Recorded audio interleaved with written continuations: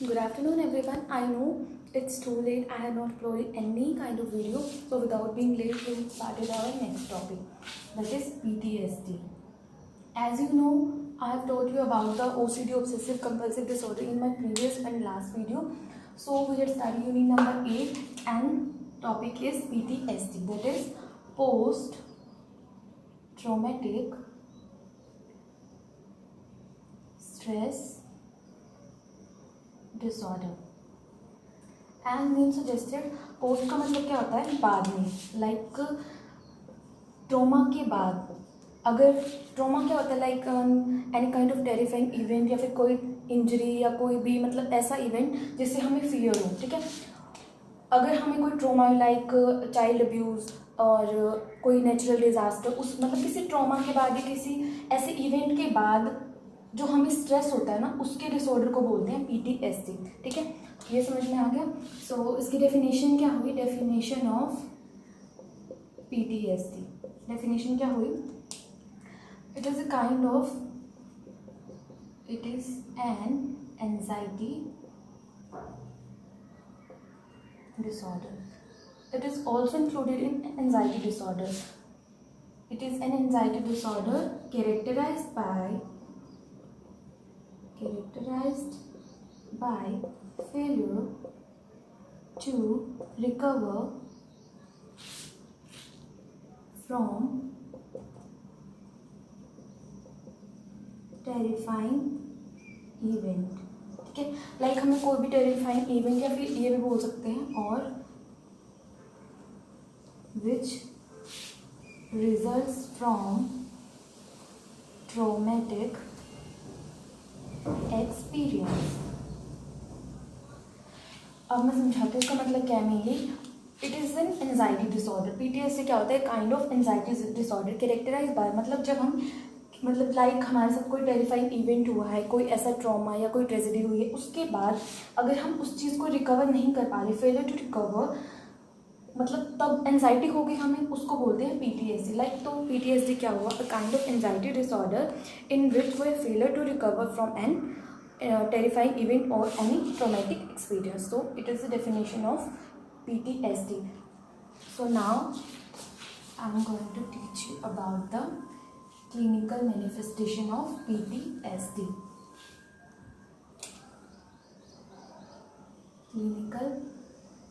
Clinical manifestation of PTSD मतलब symptoms क्या होंगे? Re-experiencing the traumatic event. Like इसका मेन सिम्टम क्या है? मतलब जिनको ये PTSD होगा वो बार बार उस चीज़ को री एक्सपीरियंस करेंगे। लाइक जो इवेंट उनके साथ पास में हुआ है, लाइक हमारे पास में कोई ऐसी ट्रेजेडी हुई है हमारे साथ, और बार बार उस चीज़ के लिए परसिस्टेंट थॉट्स आना, उसको बोलेंगे री एक्सपीरियंस करना उस चीज़ को, मतलब उस ट्रोमेटिक इवेंट्स को। तो ये clinical manifestation first one. Avoiding reminders of trauma. Like वो ना मतलब डिअटैच हो जाएंगे अपनी फैमिली वालों से और मतलब अदर से, वो अपनी लाइफ में इंटरेस्ट नहीं लेंगे और अवॉइड करेंगे उस ट्रॉमा को। मतलब जो उनके साथ पास्ट में कोई ट्रेजेडी हुई है या कोई ऐसा इवेंट हुआ है तो उस चीज़ को वो अवॉइड करेंगे। Increase anxiety and emotional arousal. Means इसमें मेनली क्या होता है? Hyper vigilance. हाइपर विजिलेंस का मतलब होता है या तो रेड अलर्ट या फिर बोल सकते हैं आप increase the state of alertness. मतलब इनमें मेनली क्या होता है? जिसको PTSD होगा ना उसकी एंजाइटी मतलब हर टाइम पीक पे रहेगी और इमोशनल अराउजल भी बहुत ज़्यादा इंक्रीज हो जाएगा। लाइक हाइपर विजिलेंस होगा मतलब हर टाइम वो अलर्ट में रहेंगे, मतलब नाइटमेयर्स आएंगे उनको, मतलब नेगेटिव थॉट्स, मतलब वो उस चीज़ को ना दोबारा एक्सपीरियंस नहीं करना चाहिए। मतलब उस चीज़ से जो उनके पास में उनके साथ जो भी ट्रॉमा या कोई भी ऐसा इवेंट हो उस चीज़ से वो उस चीज़ से भागेंगे, अवॉइड करेंगे उस चीज़ को। मतलब बार बार उनको वो एक्सपीरियंस होगा, अगर वो उस चीज़ के बारे में याद भी करेंगे तो मतलब उनको एंजाइटी होगी, स्ट्रेस होगा। तो these are the clinical manifestations of PTSD. So now I'm going to teach you about difference between normal response and PTSD. Like अगर कोई फेयरफुल इवेंट हमारे साथ हुआ है, मतलब बैड ड्रीम्स और फेयरफुल इवेंट्स या नेगेटिव थॉट्स आना, इट्स अ कॉमन थिंग, ठीक है। It's we can't stop thinking about the what happened in our past life, okay, but अगर वो हमें persistently आ रहा है और we can't stop thinking about that, so PTSD को कंसिडर करेंगे, ठीक है। अगर ये सिम्टम्स हमारी लाइफ में डिक्रीज नहीं हो रहे, मतलब डे बाय डे इंक्रीजेज हो रहे, ग्रेजुअली इंक्रीजेज हो रहे हैं, मतलब अगर हम मतलब जो हमारे माइंड में थॉट्स आ रहे हैं नेगेटिव, मतलब जो हमारे से पहले कुछ हुआ और हम उसके बारे में सोचे जा रहे हैं, मतलब वो ख़त्म नहीं हो रहे, हमारी लाइफ को मतलब वर्स बना रहे हैं, तो उसको कंसीडर करेंगे PTSD। मतलब नॉर्मल रिस्पॉन्स में क्या होता है, लाइक हमारे साथ कुछ हुआ पास्ट में, even something bad happen in our life in past, और हम उसके बारे में बार बार सोचेंगे ना, मतलब थोड़े टाइम के लिए सोचना it's a normal thing, but अगर हम ग्रेजुअली उसके बारे में सोचते रहेंगे, मतलब तो वो डिक्रीज़ नहीं होगा, तो हमारी लाइफ की मतलब प्रॉब्लम्स ये भी एवरीडे इंक्रीज होती रहेंगी, तो हमें एंजाइटी होगी, हमें डिप्रेशन होगा, तो उसको PTSD कंसीडर करेंगे। तो मतलब मेन पॉइंट क्या है, नॉर्मल रिस्पॉन्स में क्या होता है, लाइक कुछ भी हमारे माइंड में आया थोड़े टाइम के लिए इट्स नॉर्मल, बट अगर वो कंसिस्टेंटली चलता रहेगा हमारी लाइफ में, तो उसको PTSD कंसीडर करेंगे। मतलब कोई वो ट्रोमेटिक एक्सपीरियंस हमारे माइंड में बार बार आता रहेगा, स्टक करता रहेगा, और हमें उस चीज़ से डर लगेगा, नाइट में या ड्रीम्स आएंगे, उसको बोलते हैं PTSD। उसकी वजह से जो हमें स्ट्रेस होगा ना, उसको बोलते हैं PTSD, कंसीडर करता है उसको, ठीक है। So now we will discuss about etiology of PTSD। Anyone guess PTSD की etiology क्या होगी? मैंने बताया था कि मोस्ट ऑफ द मतलब मोस्ट ऑफ द क्या मतलब सारे ही जितने भी हमारे साइकियाट्रिक डिसऑर्डर्स होते हैं वो जेनेटिकली होते हैं। सो जेनेटिकली लाइक हिस्ट्री भी लेंगे हम, अगर उसके फैमिली में पास्ट हिस्ट्री फ्रॉम मतलब डिप्रेशन, एंजाइटी या PTSD, मतलब अगर उसको पहले से कोई डिप्रेशन एंजाइटी हो तब भी उसको ये होने के मतलब चांसेस बहुत ज़्यादा हैं, या उसकी फैमिली में किसी को हो तो भी उसको ये होने के चांसेस ज़्यादा हैं। And second one is like अगर उसको पहले कभी मतलब etiologist की सेकेंड वन क्या होगी, मतलब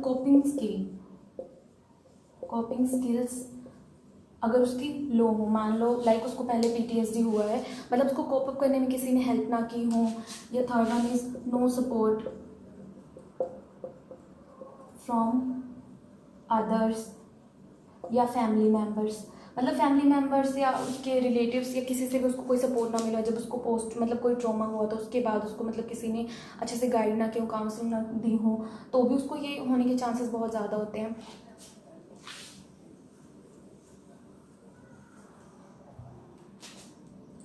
and fourth one is like और किन को हो सकता है, लाइक चाइल्ड अब्यूज़ हुआ हो, हिस्ट्री ऑफ चाइल्ड अब्यूज़ लिख सकते हैं, हिस्ट्री ऑफ चाइल्ड अब्यूज़, या फिर हिस्ट्री ऑफ सब्सटेंस अब्यूज़, ठीक है। मतलब इसकी etiology क्या होगी, उनको ही होता है, मतलब PTSD या तो वो जेनेटिकली होगा, या फिर उसको कोई किसी ने सपोर्ट ना किया हो जब उसको हुआ हो, और या फिर चाइल्ड अब्यूज़ या कोई नेचुरल डिज़ास्टर, या फिर मतलब कोई सब्सटेंस अब्यूज़ करता हो, तो these are the etiology of PTSD। So now we will discuss about the treatment of PTSD। Treatment of PTSD, okay। First one is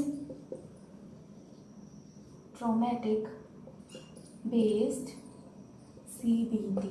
traumatic based cognitive behavioural therapy में हम क्या देंगे मेनली, मतलब उसको जिस भी सिचुएशन से या टेरिफाइंग इवेंट से उसको स्ट्रेस हुआ है, उस बेस पे हम उसको कोग्निटिव बिहेवियरल थेरेपी देंगे, ओके।